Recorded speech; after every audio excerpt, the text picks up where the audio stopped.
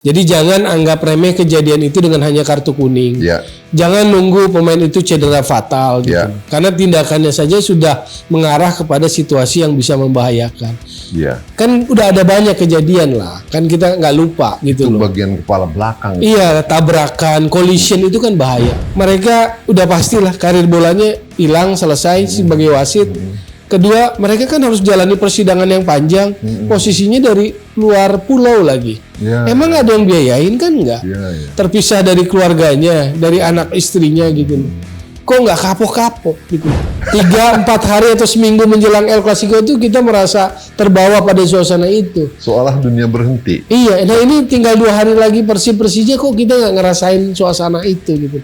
Jadi nggak Beda kebangun. dengan dulu zaman Iya. kita dulu masih di lapangan ya. Betul, kan pernah juga waktu ya. Persibnya nginep di mana itu? Kartika Chandra ya. Betul. Hampir sampai batal tuh. Iya. Kebetulan saya yang tugas siaran juga. Nggak jadi ke lapangan, pertandingan batal karena Persibnya nggak berhasil masuk ke GBK karena ada gangguan dari supporter. Ya bukan membenarkan yang seperti itu, tapi luar biasa sebetulnya atmosfer tensi tinggi dari rivalitas kedua tim ini gitu.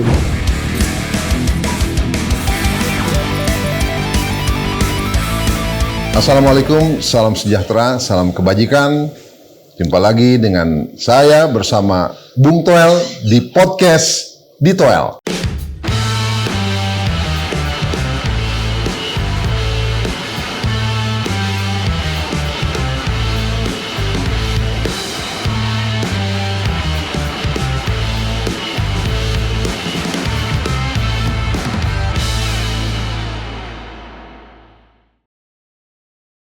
Spotifyers, semoga Anda semua dalam keadaan baik dan senang selalu, sehat tentunya.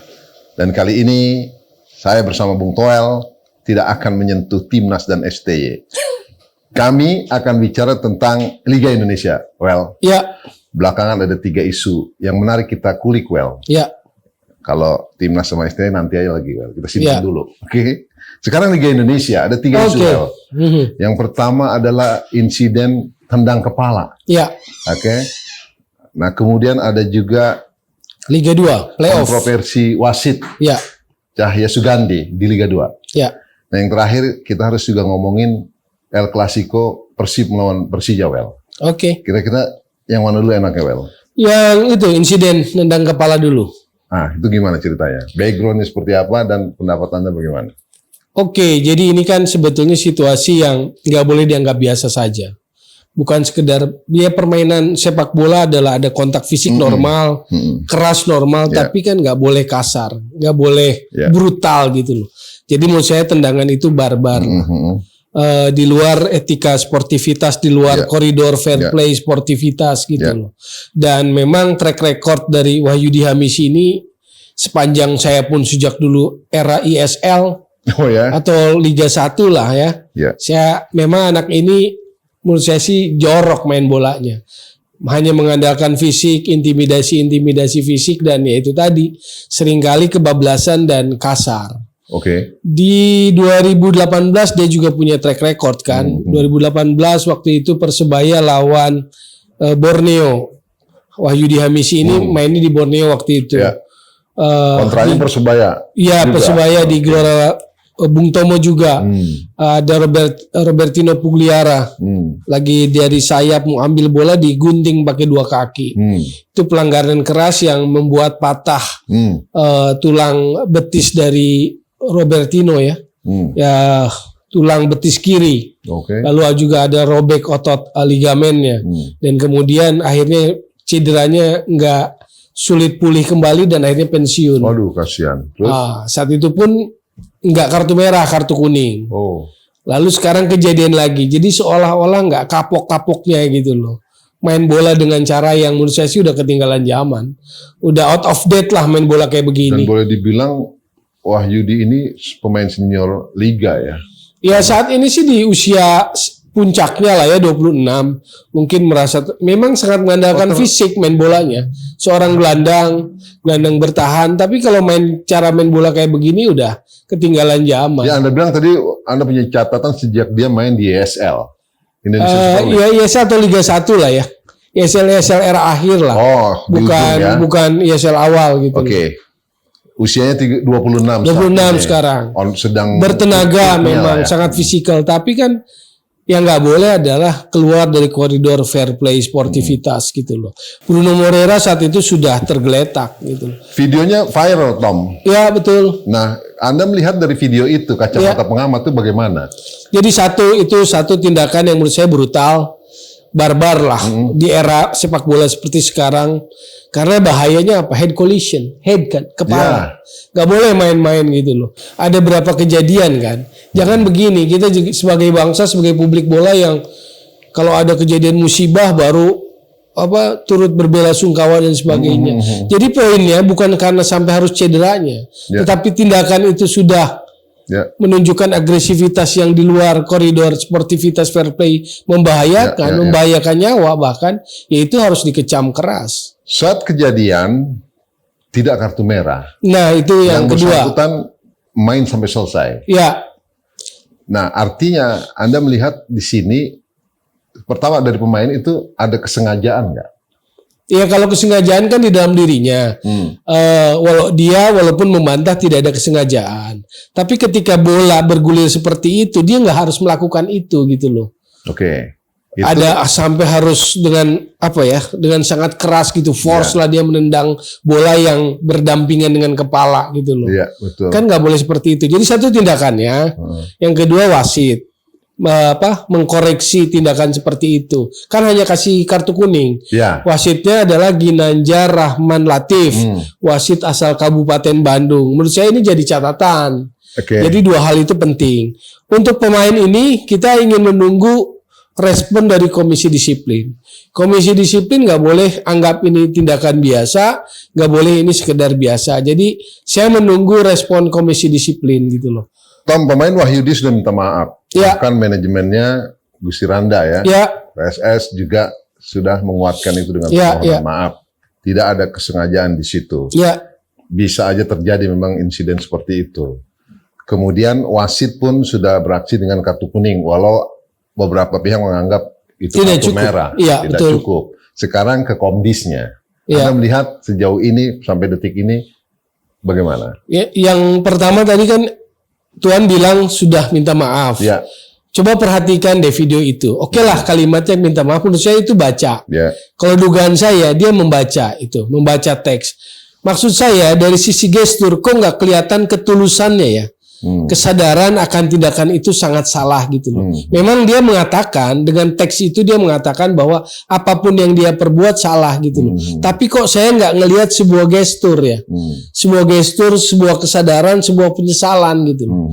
Itu bahaya loh. Tindakan ini brutal loh, barbar loh gitu loh. Dan Anda pemain yang ngakunya profesional gitu loh, Liga 1 PSS Sleman gitu loh. Menurut saya nggak nangkep itu, nggak nangkep sebuah aura kesadaran gestur yang keluar gitu loh. Bahkan di bagian berikutnya dia seolah-olah menceritakan situasinya. Jadi seolah-olah dia mau kasih pembenaran. Padahal menurut saya kalau maaf ya maaf aja gitu loh. Nggak perlu ada penjelasan. Karena apapun itu kejadiannya itu nggak dibenarkan gitu loh, tindakan itu gitu loh. Ya akuilah kesalahannya. Minta maaf. That's it gitu loh. Kemudian Tom, apa yang Anda harapkan dari Komdis dengan demikian terhadap pemain-pemain yang punya perilaku seperti itu? Betul. Makanya saya bilang kan ini udah gak zaman. Komdis harus jemput bola lah. Menurut saya ini kan bukan semacam delik aduan, ini arena sportivitas, arena olahraga, sepak bola. Jadi Komdis harus bersidang, harus segera memutuskan. Nggak perlu nunggu misalnya Persebaya protes dan sebagainya. Terlepas bahwa Persebaya memang berkirim surat protes kan. Tapi kan nggak perlu nunggu itu, Komdis harus melakukan tindakan. Apalagi ternyata pemain ini kan ada track record sebelumnya.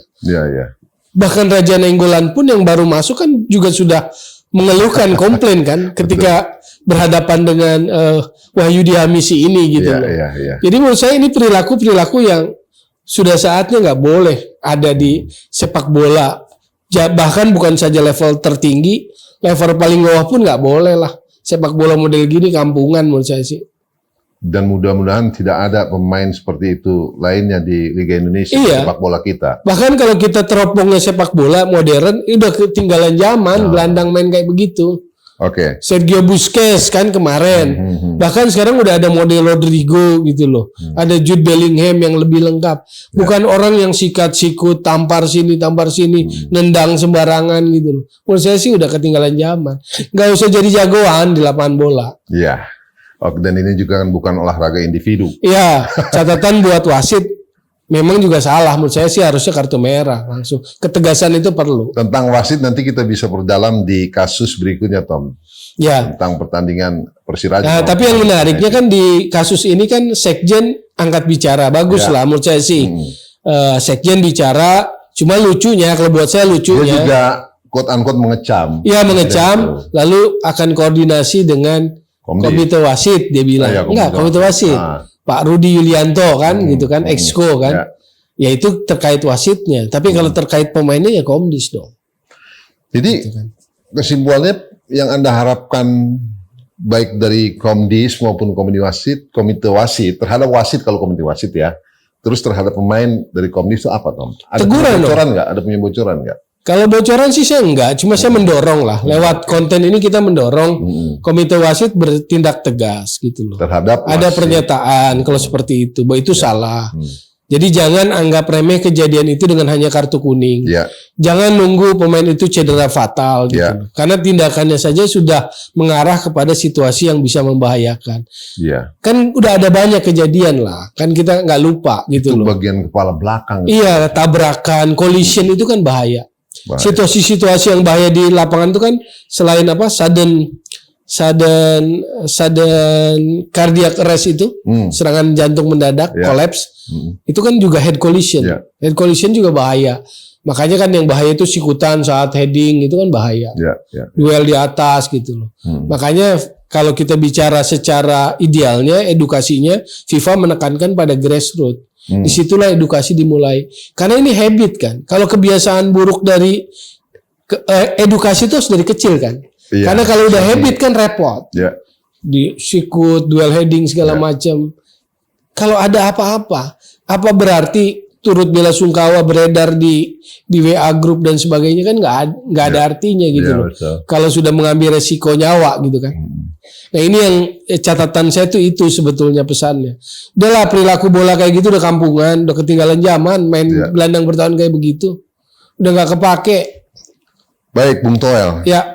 Kemudian kita bergeser tentang wasit nih. Tadi juga kan ada kaitannya dengan wasit. Nah ada juga peristiwa di pekan-pekan ini. Kontroversial di Liga 2. Playoff peringkat 3. Yes. Nah itu ada wasit Cahya Sugandi. Naga Persiraja versus Malut. Oke, kalau profil wasit Cahya Sugandi asal DKI.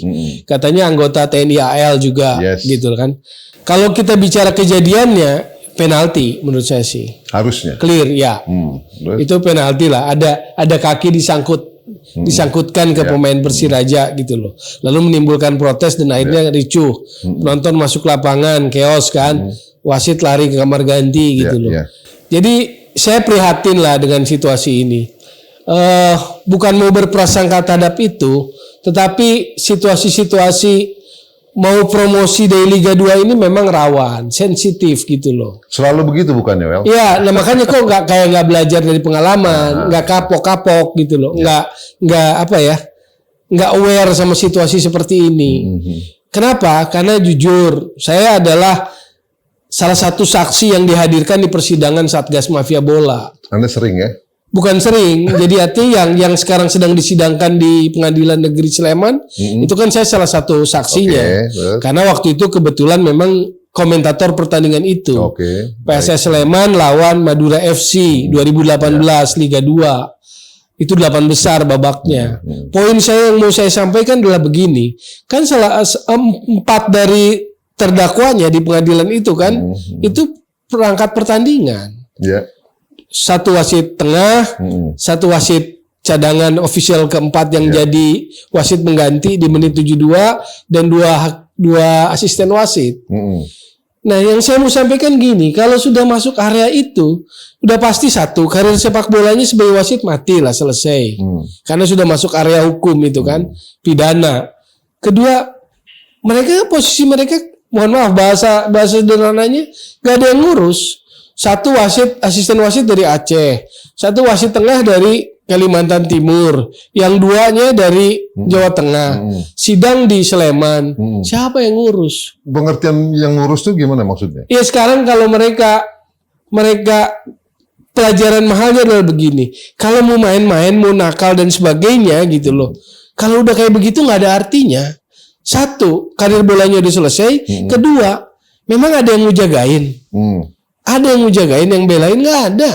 Oke. Bahasa sederhananya keleleran mereka di sana. Karena masih harus menghadapi. Ini pesan buat wasit nih ya? Iya, maksudnya dari itu, saya mau sampaikan pengalaman pribadi gitu loh. Karena tadi jadi saksi. Lihat kan? beberapa kali jadi saksi. Iya, walaupun bukan saksi ahli, karena ternyata saksi ahli harus ada apa? Sertifikasinya. Nah, saya ngelihat situasi manusiawinya aja gitu loh. Tertunduk lesu, nggak berdaya apa gitu loh. Tentu kasihan sebagai manusiawi kasihan gitu loh. Mereka udah pastilah karir bolanya hilang selesai sebagai wasit.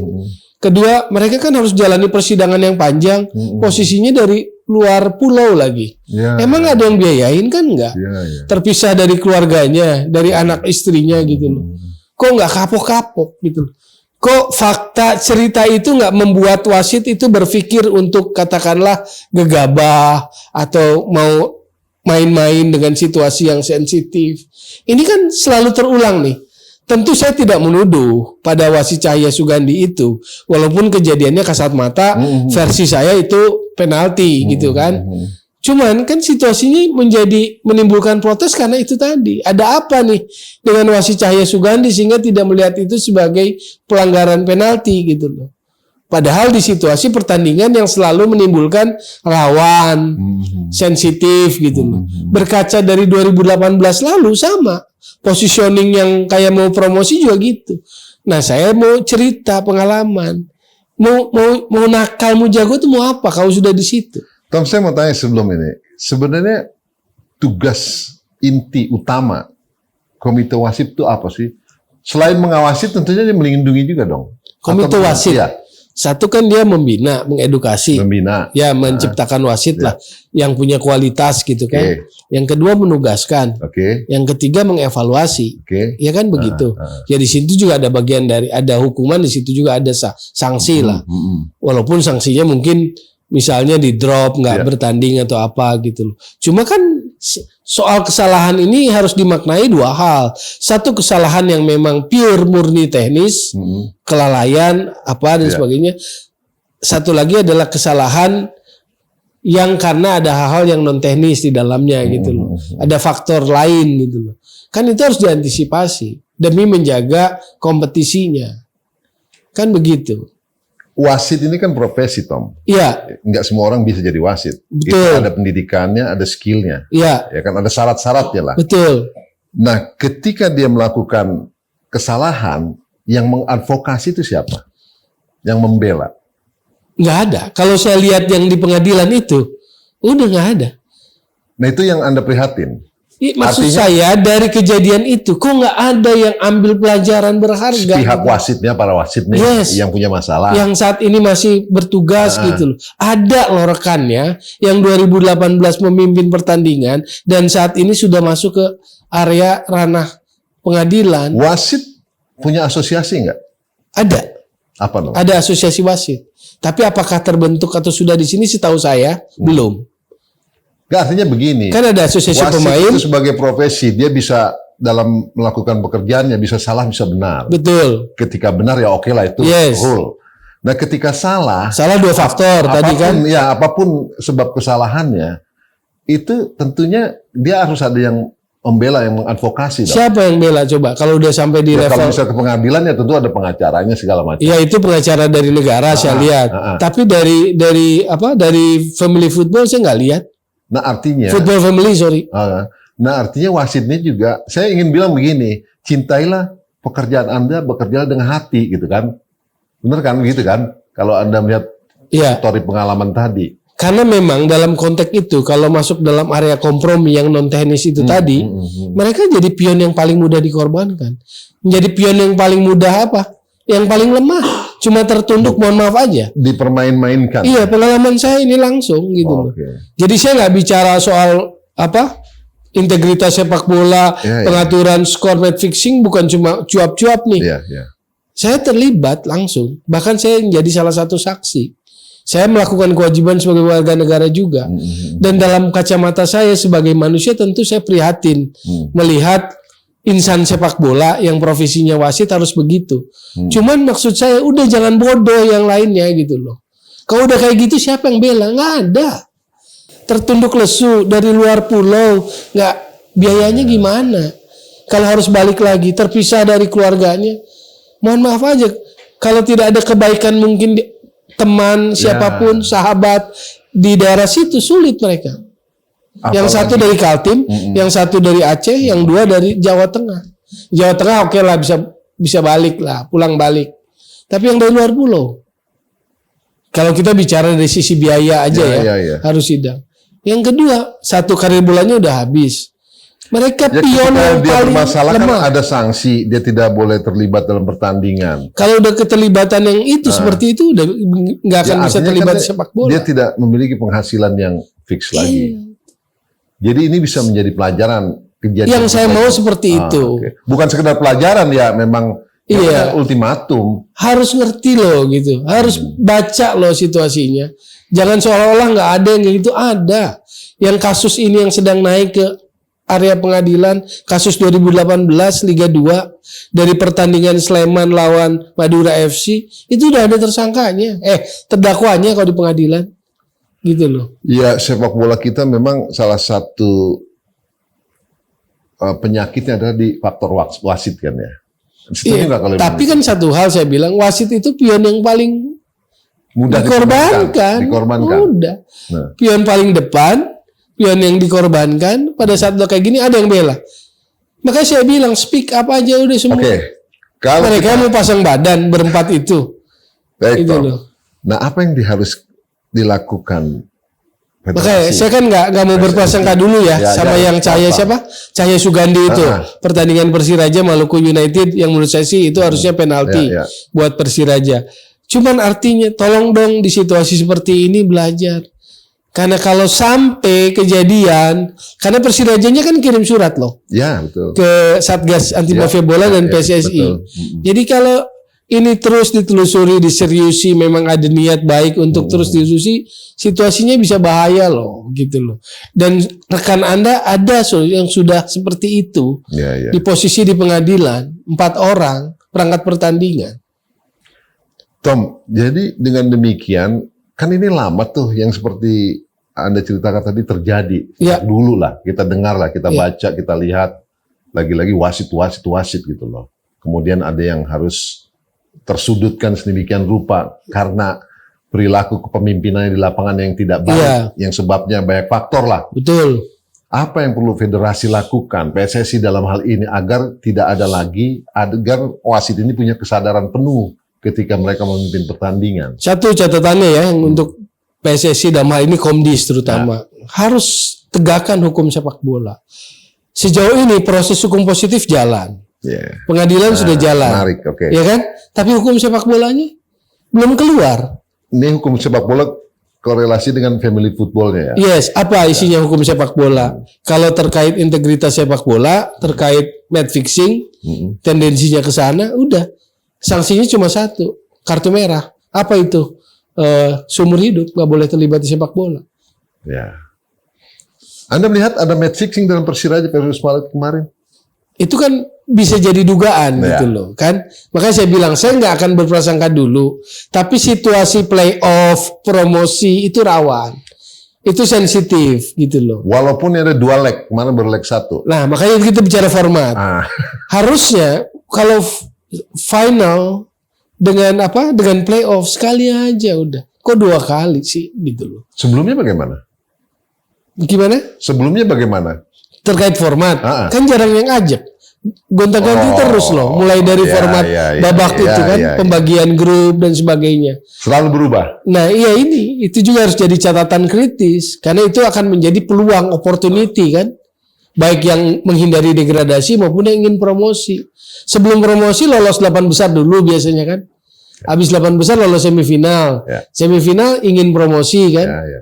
Nah kalau menurut saya udah partai final, partai puncak ini udah 1 game aja, finalnya 1 game, playoff ketiga keempat juga 1 game gitu. Jadi nggak usah di 2 tempat. Jadi layaknya grand final ya. Iya. Harus sekali aja di netral kalau perlu lah gitu kan. Kalau dua kali 2 leg kayak gini, kan mohon maaf rawan ini. Iya. Based on pengetahuan bola, pengalaman sepak bola dan mewaspadai yang tadi yang namanya persekongkolan, integritas sepak bola, match fixing dan sebagainya. 1 game aja, 1 match aja. Kenapa kasih ruang gitu? Iya, kasih opportunity untuk seperti itu. Padahal saya bilang, saya ngalami situasi kayak gitu. Jadi saksi untuk terdakwa yang perangkat pertandingan. Oke, jadi nggak based on textbook Anda membaca salah. Iya, ngenes kalau lihat sebagai manusia ngenes Tuan. Ya. Saya bilang, mohon maaf aja mereka keleleran yang dari luar pulau itu. Panjang dan dalam kalau kita ngomongin tentang Liga Indonesia dengan segala kekurangan-kekurangannya ya. Di Persiraja ya kaitan itu Persiraja kan yang merasa dirugikan. Ketua umumnya kan Nazarudin Dekam kebetulan anggota Komisi 3 juga. Nah ini barusan atau hari ini kan ada rapat kerja Komisi 3 dengan PSSI itu terkait naturalisasi. Nah ini Nazarudin Dekam nih yang anggota Komisi 3 yang adalah ketua umum Persiraja itu sempat ngeledek sekjen. Kabar yang saya terima, informasi yang saya terima ngeledek sekjen itu di ruang kerja DPR. Jangan ngurusin naturalisasi aja katanya ke sekjen. Tapi urusi juga kompetisi sama wasit gitu loh. Kan sebuah tamparan, sebuah kritikan keras itu. Dari seorang ketua umum Persiraja yang adalah anggota Komisi 3 yang kebetulan ngurusi soal naturalisasi. Jadi memang kadang-kadang akhirnya ngomongin wasit, ngomongin perilaku pemain, juga ngomongin supporter, ngomongin format kompetisi, harus kayak rembuk nasional ya Tom. Jangan rembuk nasional juga, nanti kebanyakan kepala, kebanyakan kepentingan. Iya sih ya. Tapi ya itulah perjalanan sepak bola Indonesia. Tom, wasit ini harus belajar kapok lah menurut saya gitu loh. Karena dia tetap pada ujungnya kalau terlibat hal yang kurang baik, dia adalah orang yang paling dikorbankan. Oke, catat itu. Iya. Baik Tom, dalam kalau kita mau kulik terus Tom. Kita geser ke ini Tom sekarang. Nah, nggak konflik mulu sama kontroversi. Iya. Kita ngomongin Persib kontra Persija Tom. Wah, ini El Clasico nih Tom. Main Sabtu nanti. Iya. Coba disenggol dikit. Ini klasik, benar-benar pertandingan. Ya Persib di ranking 2 ya. Iya. Persija 8. Iya. Nah, jauh. Tetapi kalau tim ini sudah bertemu, apapun pasti story sebelum dan sesudahnya, during itu enak diomongin. Gimana Tom? Lebih dari sekedar pertandingan lah ya. Beyond the match. Iya, Persija pasti punya keinginan untuk bisa terus mendekati lah. Walaupun orang bilang posisinya berat nih gitu kan, persaingan untuk menembus 4 besar Championship Series gitu loh. Persib dalam posisi yang bagus. Apalagi juga belakangan saya lihat kabar bahwa supporter hadir kan kemarin kalau nggak salah hari Rabu ya. Iya, latihan lah segala macam. Iya, menolak kalah katanya. Jadi ada desakan dari supporter nggak boleh kalah. Ya itulah namanya kalau Persib ketemu Persija. Mau menentukan atau tidak menentukan, pokoknya nggak boleh kalah. Gitu. Mau itu pertandingan resmi atau enggak? Iya, nggak boleh kalah. Ada desakan dari supporter Boboto. Tapi yang kita inginkan tetaplah koridor sportif. Maksud saya gini, seringkali El Clasico Persija ini hawanya panas, hawa di luar panas, masuk ke dalam lapangan. Jadi kadang mainnya jadi nggak menarik, kebanyakan pelanggaran. Tapi saya pengen El Clasico ini ya. Iya, waktu sejak zaman ISL. Keras tapi ya bagusnya tetap aja rame di lapangan teknik gitu loh. Jangan kebanyakan pelanggarannya. Karena terbawa suasana atmosfer di luar. Tensi tinggi para supporternya gitu loh. Saywar. Iya, kedua kan ya pertandingan ini sayangnya belum bisa dinikmati dari 2 pendukung. Iya, ada sanksi buat Persib, tidak boleh ada penonton. Iya, sayangnya kan itu mengurangi lah. Thomas Doll berharap ada penonton. Iya, karena nggak seru lah. Iya sih. Ya. Ya kita kan inginnya sepak bolanya terus berjalan pada koridor yang benar lah. Kalau itu big match, itu El Clasico, ya sewajarnya El Clasico gimana sih gitu loh. Kan sekarang sih kayak hambar, previewnya hambar. Iya, pemberitaannya juga ya seputar itu aja. Tidak ada penonton. Apa namanya? Mungkin kita generasi beruntung. Kalau menurut saya El Clasico yang paling dahsyat itu waktu Guardiola Barcelona sama Jose Mourinho di Madrid. Jose Mourinho sendiri ngaku bilang kan seolah-olah dunia berhenti katanya. Memang benar kita merasakan itu. 3-4 hari atau seminggu menjelang El Clasico itu kita merasa terbawa pada suasana itu. Seolah dunia berhenti. Iya, nah ini tinggal 2 hari lagi Persija kok kita nggak ngerasain suasana itu gitu. Jadi nggak kebangun. Beda dengan dulu zaman kita dulu masih di lapangan ya. Betul, kan pernah juga waktu Persibnya nginep di mana itu Kartika Chandra ya. Hampir sampai batal tuh. Kebetulan saya yang tugas siaran juga. Nggak jadi ke lapangan, pertandingan batal karena Persibnya nggak berhasil masuk ke GBK karena ada gangguan dari supporter. Ya bukan membenarkan yang seperti itu, tapi luar biasa sebetulnya atmosfer tensi tinggi dari rivalitas kedua tim ini gitu loh. Ya apalagi dengan bintang-bintang ya kan. Ya kalau bicara bintang individu sepertinya saat ini Persib mungkin lebih favorit ya. Iya. Dengan Da Silva-nya yang sedang moncer, Ciro, gitu loh. Ya Maklok, di belakang juga kuat-kuat.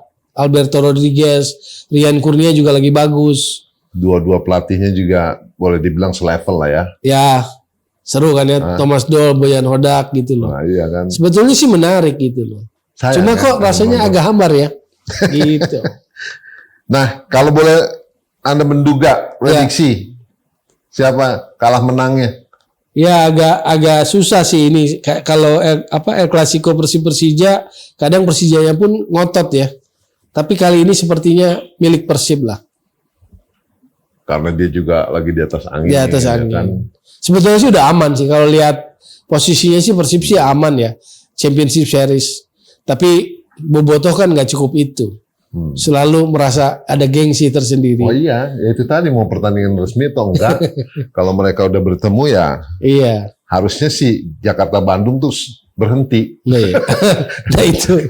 Asal jangan kejadian sampai keluar lapangan aja. Jangan ribut. Iya.